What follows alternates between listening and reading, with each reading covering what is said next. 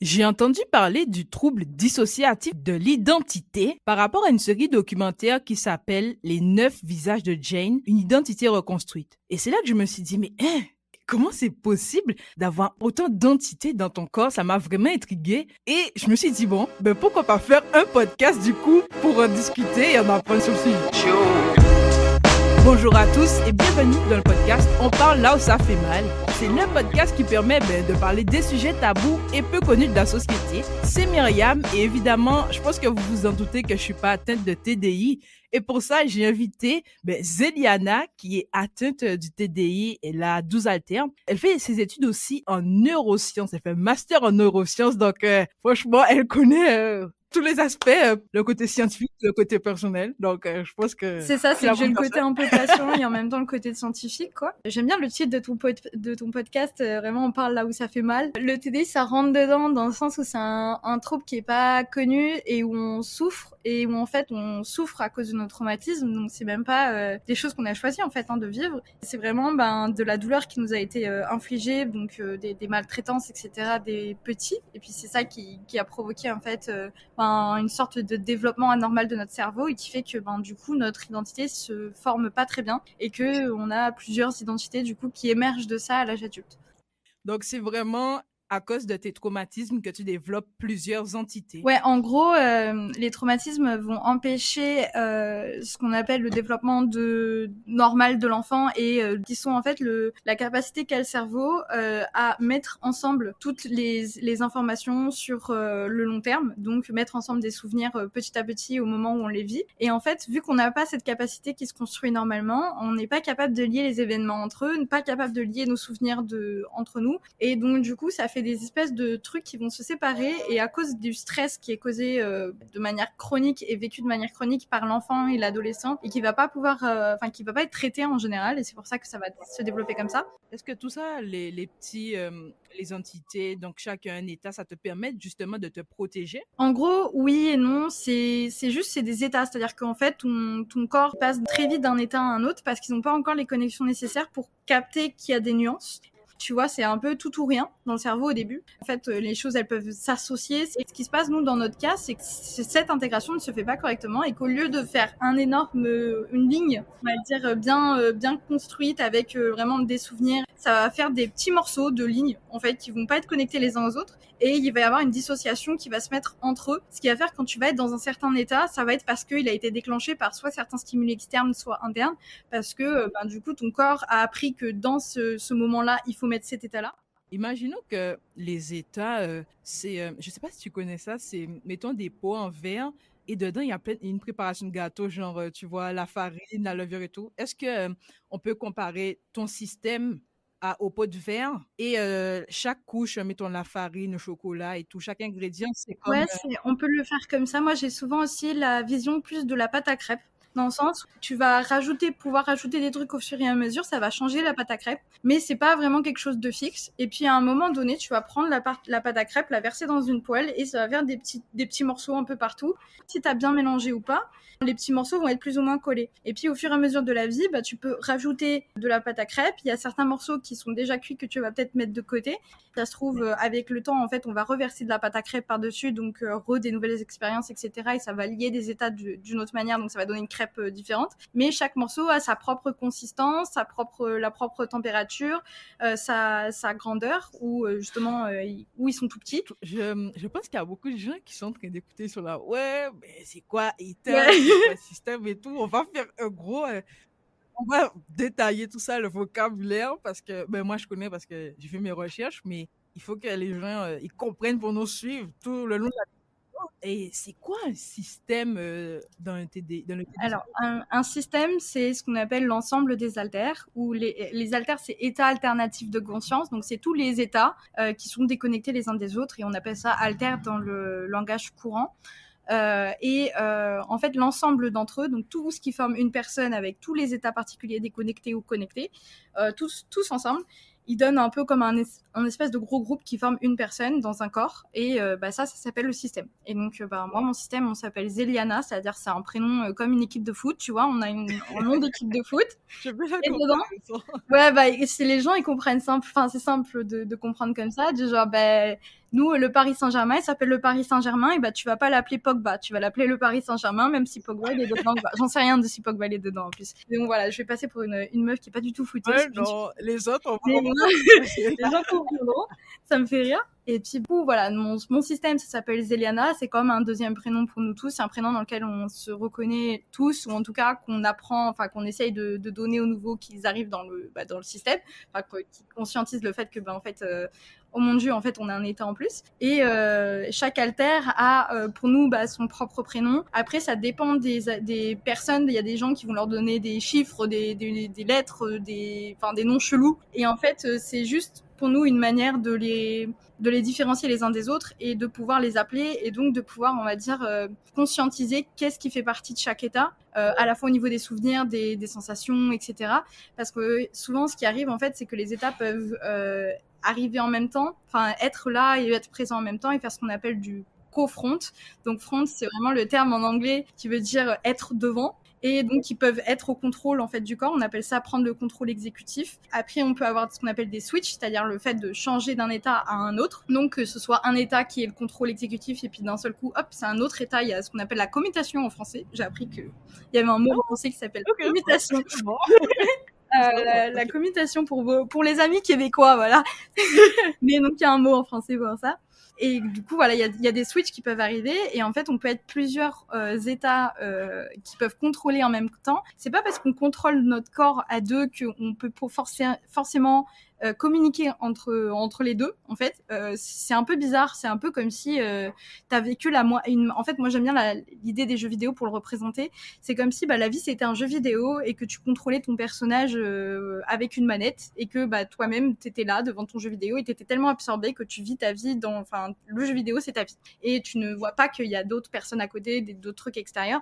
T'es juste en train de jouer au jeu vidéo et c'est comme si d'un seul coup, en fait, ta manette, tu perdais la moitié des contrôles de la manette. Genre, il y a la moitié des boutons marchent plus. Et en fait, il y avait une deuxième manette à côté de toi où tu ne le sais pas, ou si ça se trouve, sur Internet, il y a quelqu'un d'autre qui peut le relayer dans une salle qui n'est pas du tout la tienne et qui, du coup, a une manette avec les autres boutons que toi, tu n'as plus. Et donc, du coup, ton corps, tu fais, c'est bizarre quand même parce qu'il y a des actions que j'ai envie de faire que j'arrive pas à faire. Et en même temps, il y a des inputs de quelqu'un que je ne connais pas. Enfin, il y a de quelque chose qui ne m'appartient pas à moi. Et donc, ça fait des espèces de trucs chelous où parfois on peut bégayer, parfois on peut avoir dire un truc et puis 2 secondes après dire complètement son contraire. Et ce qu'on appelle des intrusions, en fait, c'est-à-dire que des états vont juste de sortir des trucs qui nous conviennent pas à nous, mais qui viennent de quelque chose d'autre à l'intérieur. Et ça peut être extrêmement troublant parce qu'on peut, justement, ça fait l'impression que déjà on se sent pas nous-mêmes, donc on est déconnecté de qui on est. Et en plus de ça, on a l'impression que y a quelqu'un d'autre qui contrôle notre corps en fait. J'ai beaucoup vu l'histoire de perte de mémoire ou que ta perception de la réalité change et je me suis dit, mais est-ce que c'est vrai ou parce que des fois il y a des trucs sur internet, c'est des trucs bidons, mais je voulais te demander ça. Ouais, non, c'est vrai. Après, je veux dire, tu peux pas vraiment représenter ça, on va dire, par des images ou des sons ou des choses comme ça, parce que c'est une sensation interne. Et donc, du coup, c'est difficile de le représenter dans les médias, même, tu vois, dans les films ou dans les trucs comme ça. Donc, c'est pas forcément bien représenté, mais il y a vraiment cette sensation que tu fermes les yeux, tu les réouvres, et en fait, t'es dans un autre endroit, un autre moment. Et parce que tu ne te souviens pas de ce qui s'est passé, parce qu'un autre état a pris le contrôle, il a fait les choses, en fait, au milieu, où il y a des moments, par exemple, où tu sens que tu perds totalement le contrôle et tu restes conscient. Et en fait, tu as l'impression que t'es un pantin, ton corps est un pantin, est un espèce de robot contrôlé par un autre programme, et qu'en fait, tu vois ton corps faire des choses et que t'es là en mode, mais arrête, mais en fait, tu peux pas t'arrêter. Ça veut dire qu'en gros, je sais pas, tu vas à l'université, mettons, faire tes recherches, et puis celui de 15 ans, il apparaît. Et il aura pas forcément non plus les mêmes connaissances, et donc si c'est lui qui si d'un coup il prend conscience pendant un contrôle, il pourra rien écrire de ce que je sais sur le contrôle, tu vois. Ouais, c'est ça. Ou il se dit, bon, go, laisse-moi aller jouer, puis il oublie, ouais. Non, mais il y a des trucs comme ça où parfois, du coup, ça m'est arrivé d'être en cours. Bon, après, ça va mieux parce que les gens savent en général, donc moi, je m'en fiche aussi d'apparaître trop gamine ou quoi. Mais j'ai une altère de 8 ans qui adore les cours et qui adore encore les cours alors que, tu vois, j'ai 25 ans, je suis en master et qui se comporte, ouais, Irish, Et Irish, elle se comporte comme une gamine de 8 ans, parce que c'est une gamine de 8 ans dans son âge mental, etc. Elle a pas du tout évolué du stade où j'avais 8 ans, elle est restée coincée dans ce stade-là. Et par ailleurs, elle a conscience et connaissance de plein de trucs que moi, j'ai conscience et connaissance sur mes cours. Et du coup, elle est capable de répondre et tout, mais avec la voix d'une gamine de 8 ans. Et avec, du coup, de faire des dessins et en même temps de rigoler et tout avec tout le monde comme si elle avait 8 ans et avec des gestes de gamine de 8 ans. C'est complètement impressionnant, tu vois. Les gens, ils sont là, ils regardent, ils font mais t'es totalement bizarre. Je fais bah oui, j'y peux rien. Mais Ils doivent se dire justement que tu es en train de mentir, enfin, t'inventes ta ouais, maladie. mais en fait, j'y peux rien si je régresse. C'est pas quelque chose que je contrôle, parce que si je le contrôlais, bah, je le ferais pas, parce que c'est extrêmement honteux, même dégradant de sentir que d'un coup tu régresses alors que tu es dans un milieu où tu es entouré d'adultes ou même de personnes qui sont tes collègues, voire même tes professeurs et tout, qui sont tes supérieurs hiérarchiques, et que tu te comportes comme une gamine de 8 ans alors que tu n'es pas, ou même beaucoup plus jeune en fait. Et donc c'est des moments où ça peut être extrêmement stressant, et où pour moi j'avais honte, j'ai honte d'Irish. Il y a des moments où vraiment c'est quand elle prend le contrôle et qu'elle commence à colorier elle prend une feuille et elle commence à colorier sur sa feuille ces petits trucs d'enfant, tu vois. Enfin vraiment il y a une espèce de truc de oh mon dieu, en fait je suis plus capable de performer socialement pour être une jeune femme de 25 ans, et les gens vont le remarquer. Et on va me mettre de côté, parce que c'est ça le problème en fait du TDI, c'est que les gens en fait réalisent pas qu'on choisit pas les moments où les parties sortent, et on choisit pas quelles parties vont sortir. C'est le cerveau qui fait des automatismes chelous, et les automatismes sont pas forcément adaptés à la vie externe et à la vie sociale. Et en fait, le travail thérapeutique, ça va être justement d'apprendre à réguler chacune des parties et à les faire communiquer entre elles, pour que justement il y ait une cohésion de groupe et une volonté de groupe qui émerge, pour qu'on puisse fonctionner en tant que groupe. Justement, en parlant de groupe, on n'a toujours pas abordé tes altères, tes altères, puisque tu en as 12, comme on disait, ton système c'est Ouais. Zéliana, mais toi, tu es l'autre, donc celle qui est là le plus souvent. Et est-ce que tu peux nous en parler de tes 12 altères un petit peu plus en détail? Du coup, moi, c'est Iséliane. Je suis une partie du système, ou un alter. Il y a plein de noms. On peut dire alter, on peut dire partie dissociée. Il y a des gens qui disent headmate en anglais.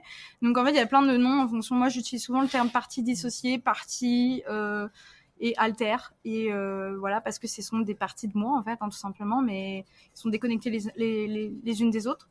Et donc, moi, je suis celle qui est présente le plus souvent, et qui du coup fait un peu tout dans la vie quotidienne, qui a un peu la charge d'essayer de faire en sorte de maintenir notre corps en vie et de continuer les projets. Donc il y a plein de parties. Irish, du coup, c'est la partie qui a 8 ans. Et Anor, c'est une partie qui est très traumatisée, qui a à peu près 15 ans, et qui en fait déteste les autres. Elle a une peur très très très intense des relations sociales, puisque pour elle les autres égale danger, puisque elle retient beaucoup de traumatismes, de violences physiques, où en fait on m'a attaqué pour rien, on m'a agressé pour rien, et donc du coup les autres égale danger, parce qu'ils peuvent t'agresser physiquement à n'importe quel moment. Et j'ai d'autres parties qui sont des parties peut-être un peu plus protectrices, ou un peu plus ouais, genre en gros il y a Amy, qui est une altère qui a 19 ans, qui est une sorte de nonne. Notre système l'a fait à une image de nonne, et en fait c'est une partie qui aide à prendre soin du corps et de l'extérieur quand moi je n'y arrive plus, quand j'en peux plus et que je suis en PLS, clairement. Et parfois elle va prendre le dessus, et comme elle est complètement déconnectée des traumatismes, elle a beaucoup moins de stress que moi, et elle va faire la cuisine, faire le ménage, vraiment préparer les choses, etc. Alors elle, par exemple, ouais, c'est un peu une maman, et en même temps elle déteste, elle est complètement à l'écart des cours. C'est-à-dire que c'est drôle que elle soit à la fois, tu vois, genre très bien dans tout ce qui est vraiment je fais la vaisselle, les courses, le ménage, la nourriture, etc. Et tout, c'est des trucs qu'elle maîtrise et qu'elle fait comme ça, comme si c'est son rôle. Mais en cours, elle comprend que dalle. Elle comprend que dalle à ce qui se passe, et elle est là, elle regarde, elle fait je sais que vous aimez ça, mais moi, je ne comprends que dalle. Donc, revenez, s'il vous plaît. Là, je suis en PLS. Là, elle sait qu'elle doit y aller parce qu'elle respecte, on va dire, la volonté des autres, mais elle n'y comprend rien. Et juste, elle va noter des trucs sans rien comprendre à ce qu'elle dit. En mode, ça va pas. Donc, juste, elle y va, elle fait acte de présence et elle attend qu'il y ait un autre alter qui arrive en mode, s'il vous plaît, les gars, sauvez-moi parce que je comprends que dalle de ce qui se passe. Et c'est pas grave, en fait. Enfin, chacune des parties, en fait, a un espèce de rôle qu'elle joue à des moments opportuns parce que c'était des moments où elle est apparue un moment où j'arrivais plus à prendre soin de moi et de mon espace, j'arrivais plus à me faire à manger, j'arrivais plus j'étais dans une dépression si intense que j'arrivais plus à faire le ménage, j'arrivais plus à prendre soin de mon corps, etc. Et en fait mon système il a fait ok, enfin mon cerveau il a fait ok, ça c'est un peu le bordel là, là on n'arrive plus à rien, on va prendre un truc qu'on va totalement déconnecter de tous les stress et tout, et on va faire en sorte que ce truc là puisse nous faire tenir en vie. Et du coup, ça a fait Amy. Et du coup, Amy, il y a des fois où quand je suis en PLS, d'un coup, elle prend conscience. Il y a un alter qui m'a un petit peu perturbée, c'est Vega. Il est non humain, genre. Non, mais enfin, ça me Ton corps, vraiment, se sert c'est complètement inconscient, la création des alters. Donc, c'est pas un truc qu'on maîtrise dans notre tête. C'est pas un truc qu'on fait nous-mêmes. C'est un truc qui se passe. Et en fait, il prend des symboles de la vie autour de lui parce qu'en fait, il essaye de créer du sens avec quelque chose qui ne fait pas de sens, puisque quand même, avoir des identités déconnectées les unes des autres, ça fait quand même pas trop sens. Donc, il essaye de prendre des symboles et des trucs comme ça pour justement symboliser et mettre du sens dans des choses où il y en a pas forcément au départ, et pour régler les dissonances cognitives. Et en fait, du coup, il peut prendre l'apparence de plein de trucs pour juste faire du sens. Il y a des gens qui ont des alters qui sont des endroits, par exemple, particuliers, qui sont vécus, des montagnes, des trucs, parce que pour eux, ça représente un symbole de puissance ou de quelque chose, d'un souvenir, etc. Il y a des gens, certains de leurs alters, du coup, ça va être des animaux fantastiques, des dragons, qu'on appelle ça, des sirènes. Et en fait, dans mon système avait besoin d'un truc automatisé. Je sais pas pourquoi, mais mon cerveau avait besoin d'un truc automatisé pour gérer. En fait, c'est quand on a vu Vega, de toute façon, on a fait OK, c'est une IA, c'est une intelligence artificielle. C'est un robot. Pourquoi j'ai un robot dans ma tête? C'est quoi ce bordel? Et la générale aussi, c'est un robot, non? Ouais, aussi, ouais. Et en fait, en réfléchissant, c'est parce qu'en fait, c'est des parties qui sont très déconnectées de mes sentiments, un peu robotiques du coup, parce que elles ont pas de sentiments, donc elles sont extrêmement juste droites mais quand même, Vega a des sentiments, mais ils sont juste beaucoup plus tranquilles. Et c'est surtout que Vega a une espèce d'organisation. En fait, c'est un alter qui apporte beaucoup d'organisation dans notre système. Il arrive à créer des choses dans notre monde interne. Donc, c'est un peu comme un monde intérieur, donc un espèce de monde imaginaire que, en fait, à force de s'imaginer, tu vois, le truc il cristallise et ça reste à peu près le même monde. Et en fait, certains alters ont des pouvoirs sur ce monde que les autres n'ont pas. Et Vega a un pouvoir d'organisation et de création sur ce monde que les autres n'ont pas. Et donc du coup, mon cerveau a décidé que pour avoir ce rôle d'organisation même des souvenirs, des parties, etc., que pour organiser les parties et pour régler les choses, il fallait quelque chose qui soit au-dessus des parties et qui soit consciente de toutes les parties. Enfin, qui soit capable d'être consciente de plein de trucs. Et en fait, comme nous, on n'était pas capable d'être conscient, il a fait mon cerveau a fait un robot, au final, ça peut emmagasiner énormément de choses. Donc vas-y, on va faire un robot. Et donc, ouais, j'ai des alters comme ça. J'ai aussi des alters qu'on appelle des factifs, infactifs. C'est-à-dire un alter qui est tiré de quelqu'un qui existe, de quelque chose d'une personne réelle. C'est ton petit frère? Ouais. Et donc, en gros, j'ai un alter qui est tiré d'une image de mon petit frère qui, quand il était très jeune, a eu une maladie et qui, du coup, était très malade. Et du coup, il y a une image qui s'est cristallisée en moi et qui a fait un alter. Je ne sais pas pourquoi, du coup, et je ne savais pas que c'était l'image de mon petit frère jusqu'à il y a quelques mois, ça fait 1 an peut-être que je sais, alors que ça fait 3 ans qu'il fronte régulièrement. Et voilà. C'est Aiden qui est... Ah ouais, effectivement. Nolem, c'est un résultat d'une fusion de 2 alters qui étaient Nostalgia et Charles. Et en fait, c'est un alter qui est trauma holder et qui est extrêmement dépressif et qui, lui, va avoir pas mal d'envies suicidaires. Il a vraiment pensé beaucoup et dans sa tête qui le tracasse beaucoup, le fait de vivre avec cette douleur. coup, on essaye vachement de l'aider, en fait, tout simplement, à essayer de régler cette douleur et à essayer de respecter ses besoins.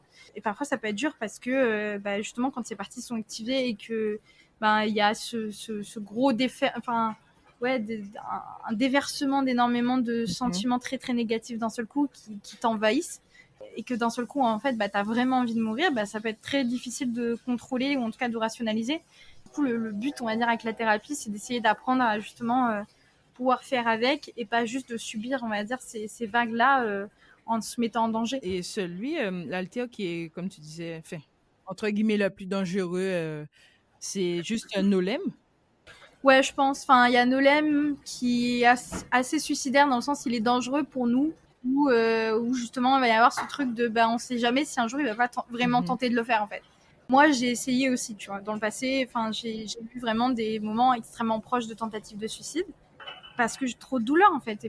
C'est trop en fait à vivre. Le TDI, en fait, 75% des personnes avec un TDI essayent de tenter de mettre fin à leur jour au moins une fois dans leur vie. Et le taux de mortalité est quand même assez haut dans les maladies mentales liées au traumatisme, et particulièrement la nôtre, parce que justement, ça vient de traumatismes répétés et qui sont ancrés de manière très chronique depuis la plus tendre enfance. En général, sont assez extrêmes. Les personnes qui développent un TDI sont des personnes qui vivent beaucoup de maltraitance dans leur famille. Donc, ça veut dire des personnes qui ont vécu des grosses violences physiques, en général, de leurs parents, ou des personnes qui ont été abusées sexuellement dans l'enfance, donc par des proches. Ça aussi, il y en a énormément de personnes qui du coup développent un TDI, et ou des personnes qui ont vécu des choses assez extrêmes, des maladies très très longues et extrêmes. Les facteurs de risque du TDI, il y en a un peu trois. Il y a déjà la longueur des traumatismes, leur répétition et leur gravité. Plus c'est grave, plus c'est répété, plus c'est long, plus tu as un risque de développer un TDI. Mais il y a aussi en fait un lien il y a aussi un facteur de risque qui est le lien aux parents. En fait, le fait que si tes parents n'ont pas un attachement, ce qu'on appelle sécure, en fait, ça va stresser l'enfant. En gros, la théorie de l'attachement, c'est la manière dont on va avoir un rapport enfant et parent.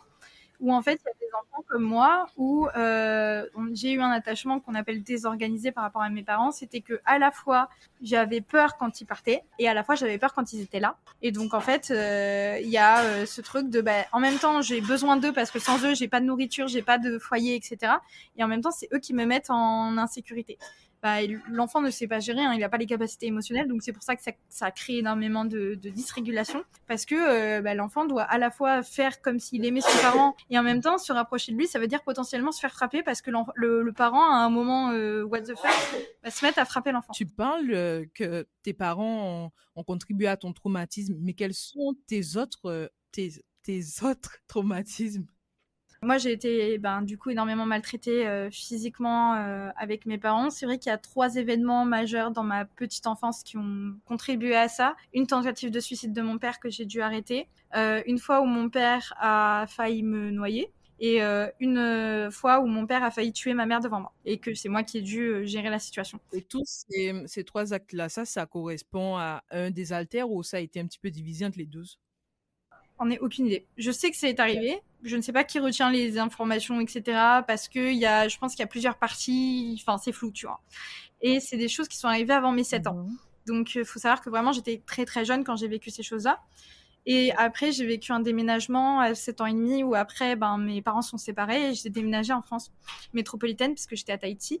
Donc, toute nouvelle vie parce que je venais des îles, etc. et tout. Et puis d'un coup, je viens du Pacifique et d'un coup, j'arrive en métropole. Et donc, d'un seul coup, mon système, du coup, à l'époque, moi, j'ai changé d'hôte, en fait, parce que je pense que l'hôte qui était là jusqu'ici a géré la vie des îles, etc., et qu'en fait, il y a eu un changement tellement énorme avec ce déménagement-là que plus trop capable de supporter. Et à ce moment-là, hop, il y a un nouvel alter qui s'est créé en mode, moi, je vais essayer de vivre la vie, les nouvelles compétences, etc., qu'il faut avoir. Et après, j'ai vécu aussi, en dehors de ça, beaucoup de maltraitance à l'école parce que il y avait une montée d'indépendantisme à l'époque à Tahiti, et où j'ai vécu énormément d'ostracisation par le fait que j'étais un peu la seule blanche et la seule européenne en fait de l'école. Et donc même les profs apparemment, selon ma mère, parce que moi je me rappelle pas vraiment, mais c'est ma mère qui m'a raconté que je me rappelle que juste d'un incident où on m'a tabassé dans la boue et que j'avais l'impression que j'allais me noyer avec la boue. Donc ça, je me souviens de ça, mais c'est tout.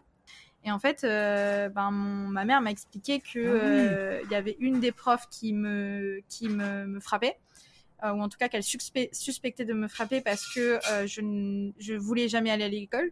Mais donc apparemment, j'ai vécu des violences de la part des profs dont je me souviens pas.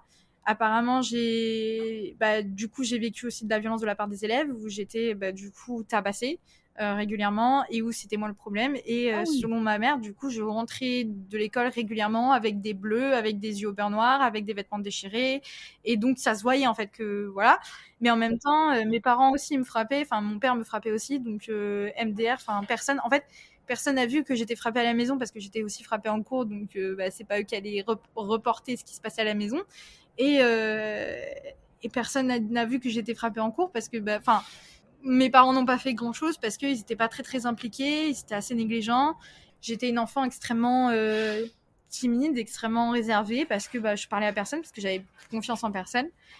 Et il a fallu du temps. Et après, quand je suis arrivée en France, j'ai bien vécu mon primaire. Puis après, j'ai vécu collège et lycée où ça a été une catastrophe parce qu'il y avait pas mal de harcèlement scolaire. Et en plus de ça, les profs qui ne faisaient rien, voire qui augmentaient le harcèlement scolaire en le justifiant par le fait que oui, je suis bizarre et que donc du coup, oui, il faut m'ostraciser et que c'est mon problème d'être traumatisée, c'est mon problème de pleurer, c'est moi la pleureuse, c'est moi qui ai un souci, c'est pas eux, quoi. Donc en gros, il y avait un énorme déni de toutes ces violences pendant des années. Ça a pris vraiment beaucoup de temps avant avant qu'on me prenne en charge. Et puis après, en même temps, comme personne ne me prenait en charge, du coup, je suis tombée dans des travers. On va dire, je suis tombée dans les trucs faciles où en fait, j'ai fini par du coup avoir des petits amis violents aussi. Et je pensais que c'était normal parce que j'avais été frappée par mon père et mon père frappait ma mère, donc MDR, c'était le seul modèle que je connaissais. Donc pour moi, c'était normal et c'était ma faute. Et après, je restais avec eux, sauf que du coup, la violence augmentait, et ça devenait de plus en plus un problème. Et après, il y a eu la violence sexuelle aussi, parce que à 13 ans, je suis tombée sur quelqu'un sur Internet qui avait 40 ans de plus que moi. Et je suis tombée amoureuse, entre guillemets, de lui. Et pendant toute cette relation, j'ai eu du coup des abus sexuels à 16 ans et après 2 viols à 19 ans qui ont fini par finir la relation. Du coup, une fois que j'avais vécu ça, après, ça s'est pas arrêté, quoi. C'est un peu une fois que tu vis de toute façon ces genres de choses-là, tu sais pas trop. Pour toi, c'est normal, donc tu vois pas trop la limite des choses, donc tu te sors pas assez vite des situations de danger.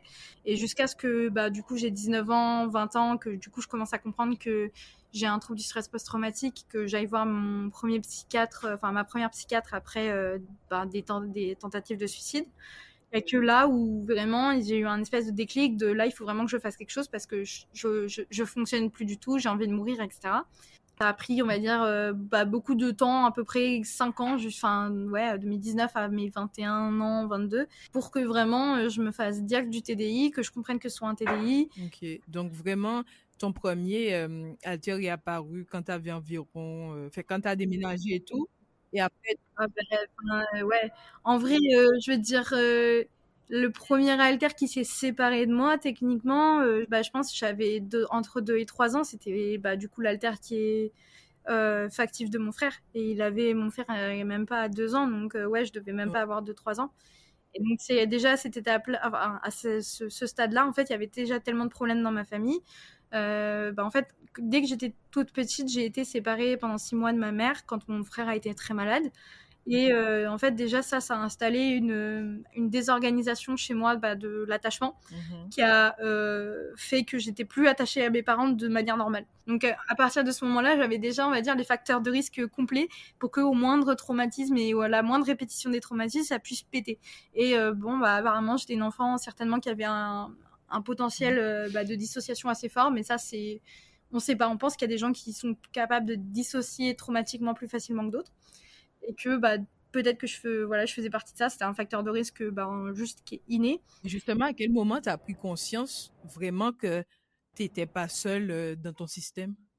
En vrai, la première fois vraiment, je devais avoir 12-13 ans, où vraiment je pensais que j'étais possédée en fait à l'époque, parce que j'avais vraiment l'impression qu'il y avait quelqu'un d'autre dans mon corps et qui prenait le contrôle de moi. Et en fait, j'ai pris conscience du TDI juste longtemps après, 10 ans après en fait au final. Mais j'ai retrouvé des messages, des traces de mes conversations, etc. Où en fait, déjà dès mes 19 ans, apparemment, je me suis posé la question, je m'en souviens absolument pas, par rapport au fait d'avoir un TDI. Mais à l'époque, il y avait tellement pas il y a 7 ans, 7-8 ans, il y avait tellement pas de ressources dessus que c'était pas, enfin pour moi c'était pas trop envisageable, ou en tout cas j'avais un peu cette idée qui était pas vraie chez moi en fait. Et il y avait aussi ce truc où mes parents m'ont tellement persuadé que c'était moi le problème et que entre guillemets que tout était dans ma tête, donc que ce n'était pas vrai. Donc ce que j'avais n'était pas vrai, j'étais totalement normale, que je me suis persuadée aussi que bon en fait si ça se trouve je suis totalement normale et en fait je m'invente tout. Et tu t'inventes des trucs parce que ma mère, elle me disait souvent, ouais, t'essayes juste de t'inventer des trucs pour avoir de l'attention des gens. Parce que t'es en train de faire une crise d'adolescence. Et du coup, j'ai pensé ça pendant longtemps, jusqu'à mes 21 ans, où je me suis dit, bah là, j'ai 21 ans, je suis plus censée être ado. Et j'ai toujours des symptômes chelous. Et j'ai toujours des trucs qui me font peur. Et c'est à ce moment-là où je me suis dit, non, mais en fait, si c'était une crise d'adolescence, ce serait passé. Mais c'est pas une crise d'adolescence. C'est normal d'avoir des crises identitaires dans l'adolescence, mais en fait, si ça perturbe et que ça persiste autant, c'est qu'il y a un gros problème, on va Et dire. c'est ça qui t'a donné envie de justement aller consulter une Ouais, psychiatre. c'est ça qui m'a donné envie, qui m'a fait comprendre que vraiment là, il y avait vraiment un souci. Donc, c'est vraiment beaucoup de choses qui font que le TDI, il apparaît, il se forme Ouais, un et peu. puis ça a un impact qui est bien plus grand que juste d'avoir plusieurs identités. Je veux dire, j'ai des phobies cheloues, j'ai des problèmes de communication parce que du coup, j'ai pas appris à communiquer avec les autres correctement parce que moi, tout ce qu'on m'a appris, c'est si tu communiques, je vais te frapper, donc ne dis rien. Donc forcément, je sais pas communiquer qui je suis correctement. Certains alters ont des phobies bizarres, certains alters ont des comportements qui sont pas adaptés en fait à une adulte. Et du coup, c'est essayer d'apprendre à prendre tout ça en même temps et de tout rassembler et de faire en sorte de pouvoir vivre avec. Mais ouais, du coup, forcément, ça donne des visions très biaisées de la vie, beaucoup d'anxiété, parce qu'on vit avec un stress Pendant que tu chronique. parles de stress chronique et tout, comment concrètement oh là là, on évalue que tu as un TDI en gros? En gros, alors, en fait, tu as à la fois des examens cliniques dans le sens, enfin, tu as des tests qui peuvent orienter le diagnostic, des tests d'orientation. Donc dedans, par exemple, tu as la Dissociation Experience Scale, donc en français l'échelle l'échelle de dissociation en fait.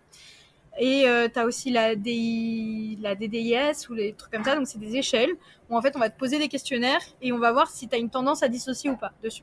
Et ça permet de voir si potentiellement tu as un trouble d'origine traumatique et donc dissociative, ou si c'est plus quelque chose d'autre, genre un TOC, etc. Et que du coup, c'est pas du tout lié à C'est quoi les des choses comme questions ça. environ? Donc ça permet de faire une première. C'est quel Comment? type de questions qu'on peut En gros, c'est par exemple, dans quel cadre cette phrase est vraie, et tu as une notion de fréquence, donc entre 0 et 100%, donc 0, 10%, 20%, 30% jusqu'à 100%. Et en gros, ça va être du genre, il y en a, ça va être du genre, dans quel sens, par exemple, avez-vous déjà retrouvé des objets que vous ne vous souvenez pas Ouais, ok. d'avoir chez vous? Et donc, c'est une des questions. Une autre des questions, ça va être dans quel sens vous vous sentez. Il y a des fois où en fait, vous vous rendez pas compte du temps qui passe et vous passez énormément de temps à ne rien faire et à fixer et à totalement absent et à ne rien faire et à fixer un mur ou fixer un objet pendant longtemps, parce que c'est des symptômes de dissociation. Et après, tu as dans quel sens vous sentez que parfois votre corps est un pantin qui se fait contrôler par peut-être comme une force extérieure. Donc voilà, ça a des questions comme ça qui sont plutôt du genre traumatique. Puis après, tu as des questions qui sont non traumatiques. Et certaines questions vont donner ça. Et après, une fois que tu as les questionnaires, on va vraiment poser vraiment on va dire, normalement, on va te poser des questions très approfondies, on va voir ton histoire de vie, donc on va faire ce qu'on appelle une anamnèse, où en fait on va te demander de raconter ta vie, te demander de voir si certains symptômes ou pas, etc., etc. Et en fait, ça va se faire au fur et à mesure. Et donc il y a beaucoup de discussions avec le patient.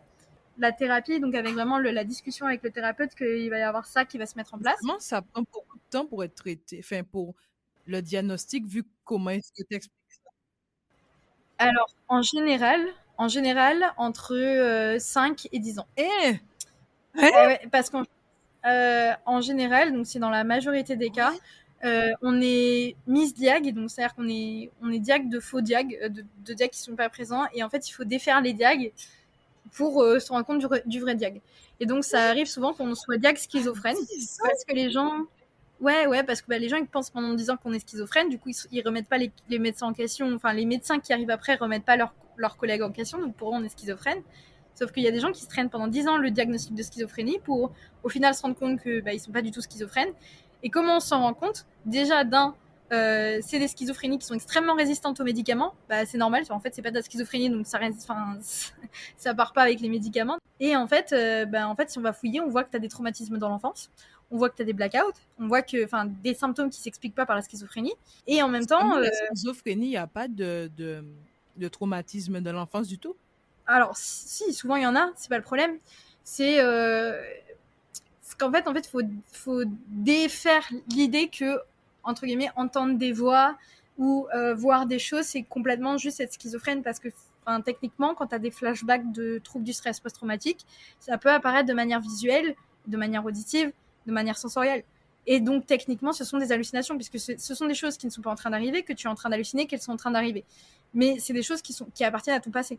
Les schizophrènes, il n'y a pas forcément en fait de lien entre les traumatismes qu'ils ont potentiellement vécus, parce qu'il y a en fait la schizophrénie, c'est à la fois un trouble d'origine, parce que c'est pas encore super sûr, mais que c'est à la fois un trouble d'origine génétique, où il y a certains gènes, etc., qui donnent un facteur de risque, mais il y a aussi l'environnement qui va jouer un énorme déclencheur. Et en général, ça se déclenche entre 15 et 25 ans. Et en général, le TDI, ça se déclenche du coup dès l'enfance. Et donc, du coup, on va entendre des voix beaucoup plus jeunes. Et après, ça va nous impacter de manière totalement différente parce que les symptômes sont différents. Et en fait, il y a beaucoup de gens qui ne comprennent pas que justement les voix dissociatives sont des voix différentes que des voix psychotiques. Les voix psychotiques, elles n'ont pas les mêmes caractéristiques. C'est des voix les voix psychotiques vont répondre aux médicaments, pas les voix dissociatives.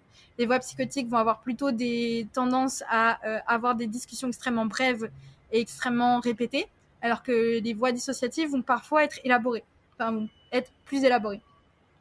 Que parfois, là, pareil, les voix dissociatives, elles vont avoir plus facilement un âge, un genre particulier, etc. Ou les voix psychotiques vont être beaucoup plus indiférenciables. On ne sait pas si c'est un homme, une femme, de quel âge, etc., etc. Donc c'est des trucs comme ça où on va dire on peut tenter de faire des différences, mais la grosse différence qu'on voit, on va dire techniquement en clinique, qui fait la différence, c'est que si tu réponds pas aux médicaments, c'est peut-être que c'est pas le bon. C'est peut-être que les médicaments, en fait, c'est pas le problème. Que le problème, il n'est pas de la schizophrénie, quoi. Et justement, comment on traite ça, le TDI, puisque tu parlais un peu de ton psychologue, Le parcours de ton psychiatre. Ouais. Alors, du coup, j'ai un psychiatre et 2 psychologues. Le choix de 2 psychologues, parce qu'en fait, c'est 2 qui sont spécialisés dans des trucs différents. Il y en a une qui connaît très bien les troubles dissociatifs et qui a l'habitude de les gérer, et l'autre qui n'a pas l'habitude de les gérer, mais qui est spé en victimologie et traumatologie. Donc, elle a l'habitude de suivre des victimes de violences. Et donc, du coup, on travaille, on va dire, 2 aspects un peu différents des traumatismes avec les 2. Et les 2 ont des approches cognitivo-comportementales, majoritairement parce que je suis quelqu'un qui répond beaucoup mieux aux approches très scientifiques, très neurologiques, etc. Ils vont t'emmener faire des exercices un peu comme les gens qui ont l'anxiété.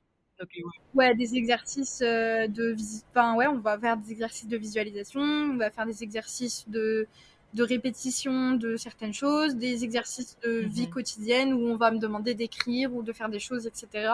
sur certains trucs, de faire du monitoring de ma vie, donc de faire des trucs assez concrets, on va dire. Et après, avec mon psychiatre, on va faire, on va dire, la régulation des médicaments. Donc, je suis sous antidépresseurs. J'ai de temps en temps, quand j'ai besoin, je suis sous anxiolytique aussi. Donc, à la fois, parfois, pour réussir à m'endormir, parce que j'ai des périodes où j'arrive pas à m'endormir. Réguler les symptômes, c'est pas un travail de fond. En fait, ce qui va travailler le fond, c'est le travail des traumatismes. C'est une fois que le psychologue puis le psychiatre, les psychologues dans ton cas puis le psychiatre. Ouais. Okay. Avant, c'était le psychiatre qui le faisait, mais vu que j'ai déménagé, que donc du coup, je suis en distanciel avec mon psychiatre et plus en présentiel. Du coup, pour moi, il me fallait un truc en présentiel, ça marche mieux avec moi. Ça dépend des gens, mais ça marche un peu mieux avec moi. Et j'ai trouvé 2 psychologues qui s'y connaissent très bien, qui sont très très calés sur ces sujets-là et qui me vont très très bien. Est-ce que tous les gens qui ont le TDI, ils doivent faire, ils sont obligés de prendre des médicaments en complément du... Ça dépend des gens, ça dépend des symptômes, en fait, parce que ça dépend des périodes et des symptômes. Il y a des périodes où même je prends pas de médicaments parce que ça va beaucoup mieux et que j'ai pas une dépression trop sévère et que je suis capable de la gérer sans médicaments. Donc ça dépend du moment et ça dépend de la personne, parce que chaque personne va avoir, on va dire, une symptomatologie particulière à la personne. Il y a des personnes chez qui les médicaments vont juste pas marcher, qu'elle va pas supporter, parce qu'il y a des personnes qui sont hyper sensibles à certains médicaments, donc chez qui ça va pas marcher, chez qui la psychothérapie va mieux marcher. Il y en a d'autres chez qui ça va être complètement indispensable tout le temps. Et il y en a d'autres chez qui, comme moi, ça va être des périodes où il va y en avoir beaucoup, des périodes où il va y en avoir moins. Et on va du coup et faire évoluer les médicaments en fonction de comment je me sens et en fonction de ce qui se passe dans ma vie. Avec tes amis et ta famille, quand tu as vraiment été diagnostiqué, comment ça s'est passé? J'ai un peu perdu du monde. Enfin, de toute façon, ma famille, elle a jamais vraiment compris. Et puis, c'est ma famille qui est à l'origine de ça. Donc, ils vont pas accepter qu'ils soient à l'origine de ça, tu vois. Donc, il y a eu un espèce de ouais, de toute façon, je comprends rien. Et ils comprennent rien. Donc, pour eux, c'est la même chose que la schizophrénie. Ils voient pas trop la différence. Mais ils sont au courant. Ils sont au courant que j'en parle, etc. Parce que pour moi, c'était quand même important de les mettre au courant que voilà, il y a ça. Et en fait, ça explique beaucoup de choses. Et par rapport à mes amis, en fait, j'ai pas eu vraiment d'amis parce que comme j'arrêtais pas de déménager, de changer de truc et tout, et donc j'arrivais pas à me faire des amis sur le long terme. Et c'est aussi un gros problème des gens qui ont un TDI de pas réussir à faire des relations sur le long terme parce que c'est difficile. Genre vraiment, enfin pour nous, des personnes qui ont été traumatisées par énormément de gens. Et du coup, j'ai des personnes, enfin, j'ai une ou deux personnes et certaines autres personnes qui me connaissent depuis beaucoup plus longtemps et qui m'ont revu sur les réseaux sociaux, qui sont revenus vers moi en mode te rappelles pas, enfin, je te connais depuis tel jour et tout machin, et qui m'ont dit, en fait, je comprends mieux. En fait, enfin, je comprends mieux que. Il y a eu beaucoup de je comprends mieux pourquoi t'étais si chelou. Il y a des gens que je ne connaissais pas qui sont revenus vers moi. Moi, je vais terminer le podcast en te demandant comment est-ce que tu te sens maintenant en sachant que tu es atteint du TDI, que tu es en train d'être soigné. Comment est-ce que Ben, tu te sens? il y a à la fois une grosse flemme de vivre tout ça, en mode putain, j'ai rien demandé, je dois vivre avec ça et je dois être traitée, etc. et tout, et j'ai pas envie de vivre une année, 2 années, 10 ans, 15 ans, 30 ans de thérapie pour pouvoir m'en remettre et machin, parce que c'est violent et puis c'est trop dur et j'en ai marre. Et il y a une autre partie de moi qui est en mode, forcément, j'ai des envies de tout lâcher parfois. Et ce qui me tient, c'est le fait de me dire, les moments où j'ai envie d'avancer, et les moments où j'ai envie de faire des trucs, les moments où je me sens entourée, parce que j'ai réussi à m'entourer. Il y a quand même beaucoup de ces choses-là qui sont très, très fortes et qui me tiennent au quotidien. Et j'essaye en fait d'avancer au jour le jour et de me dire, si j'ai réussi à vivre déjà, et à survivre à tout ça, ce serait bête de gâcher tout ça en fait. Ce serait bête de gâcher ma vie. Enfin, ce serait bête de Mhm. terminer ma vie et de jamais en faire quelque chose de bien quelque chose dont je voudrais faire. Et donc du coup, je me suis dit bon, je me lance dans mes plans à 500% et je fais les choses. Et puis je me plante, c'est pas grave. Il y a un peu un espèce de c'est une grosse preuve de résilience que d'essayer de s'en remettre. Et j'essaye de faire preuve d'un maximum de résilience. Et des fois, j'y arrive pas. Il y a des fois, c'est trop difficile. Et c'est pas grave de tomber. Et si je m'en relèverais pas un jour, je m'en voudrais même pas. Je pense pas.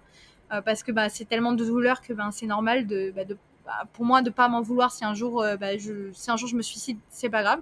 Au moins j'aurais essayé pendant tout le temps où j'étais vivante de m'en sortir un maximum. Et c'est pour ça que maintenant je suis sur les réseaux sociaux, que je fais mon master, etc. J'ai une grosse envie de prendre le dessus et d'essayer en tout cas un maximum de sensibiliser le maximum de personnes à déjà moi ce que j'ai vécu et à ce que c'est.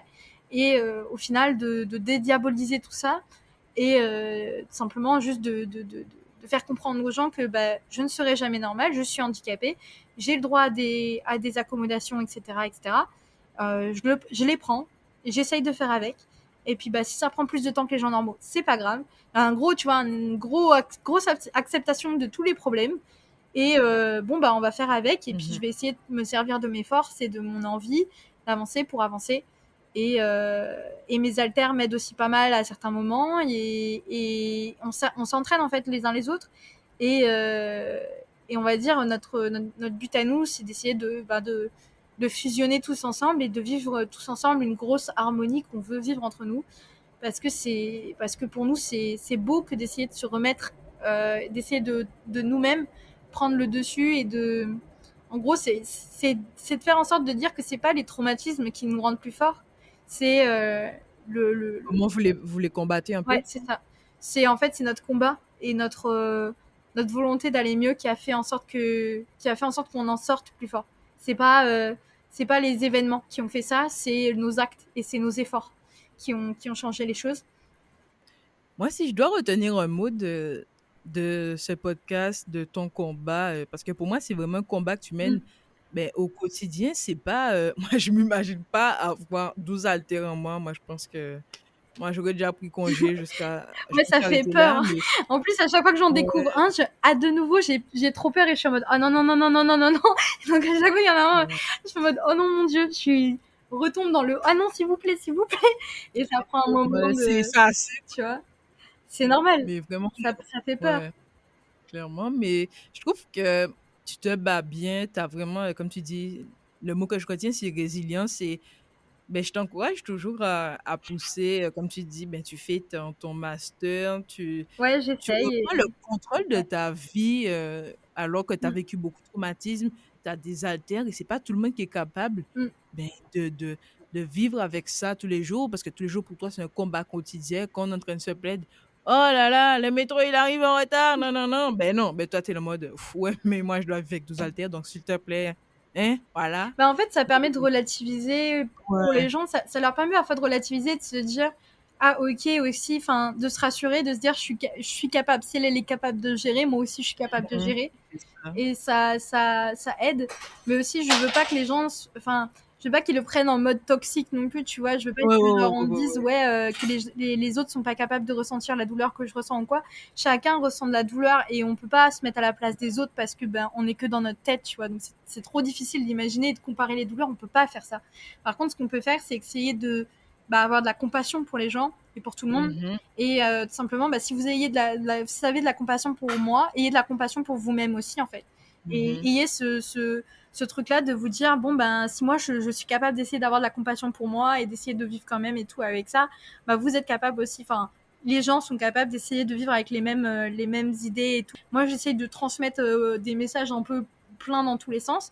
Prenez les messages que j'envoie qui vous touchent et retransmettez-les de votre manière à vous. Et donc, si vous voyez des gens, par exemple, régresser devant vous et avoir du coup des symptômes, etc., que vous soyez plus compréhensif et que vous soyez pas en train de les juger et en train de vous dire que ça y est, c'est des personnes mal parce qu'elles vous mettent mal à l'aise ou quoi. Donc, voilà, c'est ça, c'est le truc, c'est d'essayer de ne pas être dans le jugement et plus dans le qu'as-tu besoin de la société, de moi aujourd'hui, etc., pour te sentir bien, et qu'est-ce que je peux faire pour toi et qu'est-ce que toi tu peux faire pour moi en retour pour qu'on se sente tous bien. Et en fait, c'est ça le message, je pense, d'amour et de, tu vois, de partager sur Internet, quoi. Voilà. Non, mais je suis d'accord avec toi, ouais. Mais en tout cas, vraiment, merci d'avoir pris le temps de répondre à mes questions, de m'avoir éclairé sur nous tous. Merci à toi de m'avoir invité. Et franchement... Et de t'être intéressé au sujet parce que, franchement, c'est un sujet qui est très compliqué. Je pense que tu l'as vu, on a tellement de termes bizarres et de trucs un peu what the fuck. Il faut vraiment être intéressé et avoir envie de creuser parce que c'est dur. Et franchement, je te remercie à toi et je remercie tous les gens qui ont écouté aussi jusqu'ici, puisque ça prouve leur intérêt pour de nouveaux sujets, des choses comme ça. Et j'espère qu'eux aussi se sentiront bien, qu'ils iront bien dans leur vie. Et tout simplement, merci en fait. Merci d'avoir accordé ce temps et cet espace à toutes ces idées, toutes ces émotions qu'on a toutes les deux partagées. Ouais. Non, on en a partagé quand même de façon intéressante. Mais justement, si on veut en apprendre plus sur le TDI, on te retrouve où? Sur tous les réseaux sociaux. Donc, tu tapes Zeliana avec 2 L sur Google, tu vas me trouver. Donc, je suis sur YouTube, sur TikTok, sur Instagram. J'ai un compte Facebook aussi, même si je publie pas vraiment dessus. J'ai même un compte LinkedIn, hein, si jamais il y a des gens qui veulent me contacter par là. J'ai un mail aussi, voilà. J'ai tout. Si tu veux, j'ai tout. Normalement, on va dire le plus simple, c'est d'essayer d'être sur ma chaîne YouTube ou sur mon Instagram, dépendamment de qui a Instagram et qui va sur YouTube. J'ai fait un drive avec toutes les recherches que j'ai lues et des livres, etc. et tout sur le sujet pour justement avoir un espace où tout est catégorisé, etc. et tout, où toutes mes sources du coup sont. Ok, on va mettre le lien dans la description. Donc n'hésitez pas si vous avez besoin de sources, vous êtes comme moi quelqu'un de très scientifique, qui avait envie de lire des informations scientifiques dessus pour vous rendre compte de la connaissance sur le sujet, de l'état des connaissances des sciences sur le sujet. N'hésitez pas, j'ai plein de ressources scientifiques mises à disposition exprès, puisque c'est mon kiff, voilà. Je suis là pour ça, pour mettre à disposition ces choses-là et faire en sorte que ce soit un sujet qui soit plus abordable pour les gens. C'est vrai. Mais comme je le disais, comme tu l'as dit plus tôt, merci de nous avoir écoutés jusque-là. Je suis disponible sur toutes les plateformes, Google Podcast, Spotify, Apple Podcast, bref, il n'y a pas d'excuse, je suis partout. Et n'oubliez pas de vous abonner, de mettre les petites étoiles, c'est sur Spotify et Apple Podcast, et puis partager en masse. Ouais, je le repartagerai. Merci à toi. Salut. Merci à toi.